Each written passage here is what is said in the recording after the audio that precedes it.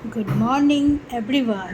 চলে এলাম আমি আজকে রান্নাবান্না মেনু নিয়ে আপনাদের কাছে। আপনারা সব গরমে কেমন আছেন বলবেন।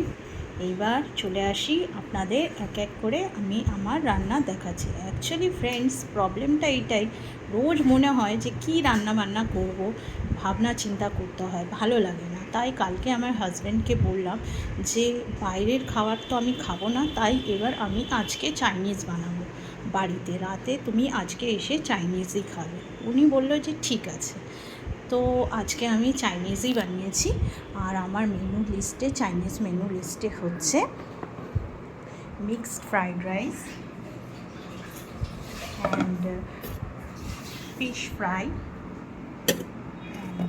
ভেটকি মাছের চিলি ফিশ,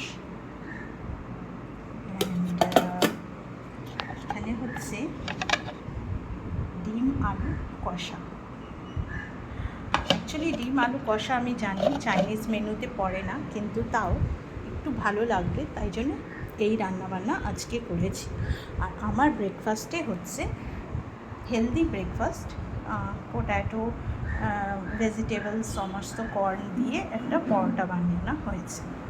এই হচ্ছে আমার আজকের লাঞ্চ, ডিনার অ্যান্ড ব্রেকফাস্টের মেনু।